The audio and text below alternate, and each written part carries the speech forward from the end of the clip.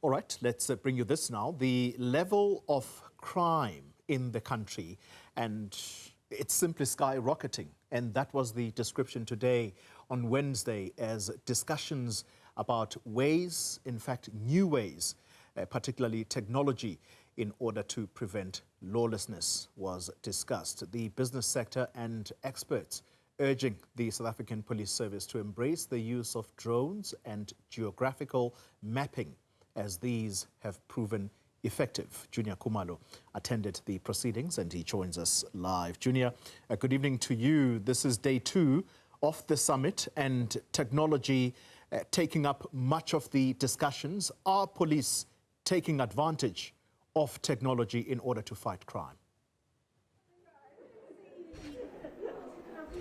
Indeed, Xoli, the second day of this police summit basically centered around the use of technology by the SAPS in terms of preventing as well as combating crime. But the challenge seems to be especially at the recruitment part, because we heard from a lot of SAPS individuals who work in crime intelligence actually saying that the recruitment programs within the SAPS does not encourage a lot of young people, especially with a lot of expertise when it comes to artificial intelligence, to joining the SAPS. They're saying that most of those individuals that are actually teaching young people in these recruitment programs are actually older South Africans who have no knowledge of some of these technologies that are actually coming in.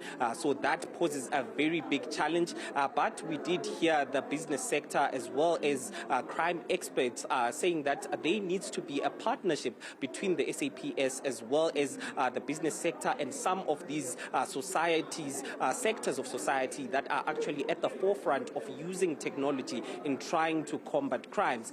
The use of drones was one of those that was basically spoken about when it comes to the crime interventions.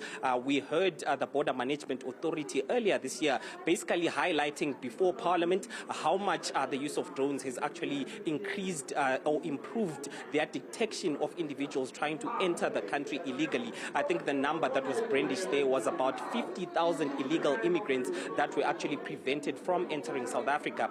But also just listening to the business sector who are actually working with the SAPS, they spoke about some of the instances that include the N4 spiking of cars, saying that in that incident, when there was a rise of this spiking of cars last year and in the beginning of this year, there was that use of drones that was actually deployed in that situation around the N4. And they saw a lot of improvement when it comes to the time that is taken by the police to actually attend to these crime sites that were happening.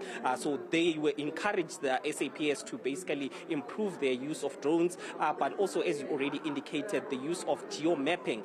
Basically, this is when the SAPS looks at where there is high levels of crime geographically in the country and trying to use those limited resources that they actually have to focus on those areas.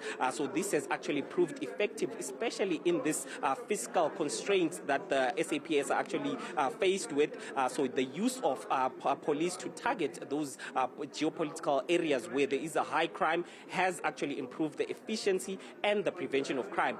So those were some of the issues that were brought up when it comes to the use of technology. But yesterday we did hear the President as well as the Minister also talking about the digitizing, especially of the docket management system, saying that this is actually going to improve that experience that a lot of South Africans have had when it comes to some of the policemen themselves being responsible for the loss of dockets, and then crimes just end up not being prosecuted because dockets go missing.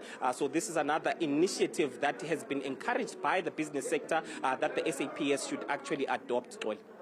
Juniour Khumalo summing up the day for us on day 2 of the South African Police Service Summit and their discussions alongside business. Thank you very much, Juniour Khumalo.